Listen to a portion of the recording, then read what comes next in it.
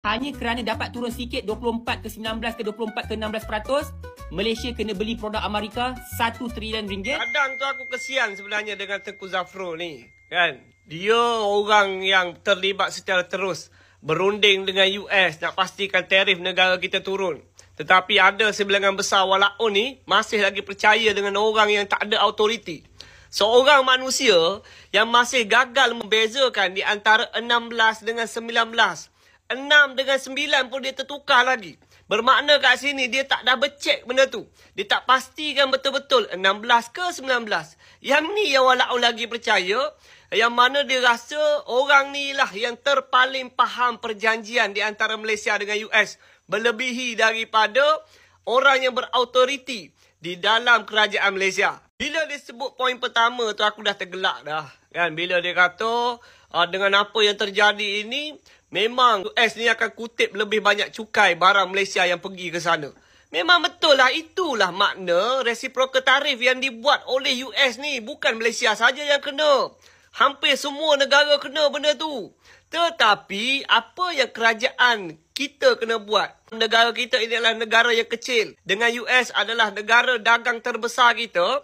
Kena pastikan tarif itu diturunkan ke angka yang munasabah.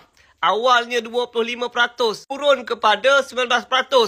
Apa yang dianggap oleh US, Malaysia ni kurang beli barang daripada mereka. Sebab itulah Tengku Zafrul ni dia jemput syarikat-syarikat dalam negara kita yang ada plan nak beli barang daripada US.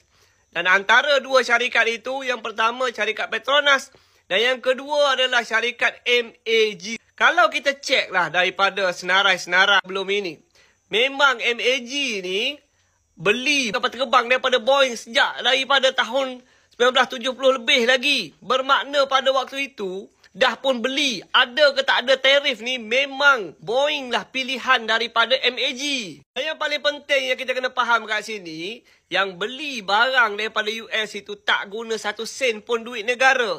Itu adalah duit syarikat. Ini adalah contoh mudah yang diberikan oleh Tengku Zafrul, memandangkan ada walaupun yang kata memanglah Petronas beli, tapi Petronas itu syarikat kerajaan. Samalah juga kerajaan dengan Petronas. Petronas beri LNG dari duit hasil keuntungan. Langsung tak minta duit dari kerajaan.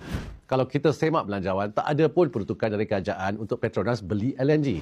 Malah, Petronas tiap-tiap tahun bagi dividen dan bayar cukai pada kerajaan. Jelas ya, walaupun Petronas itu milik kerajaan, dana Petronas berbeza dengan dana kerajaan.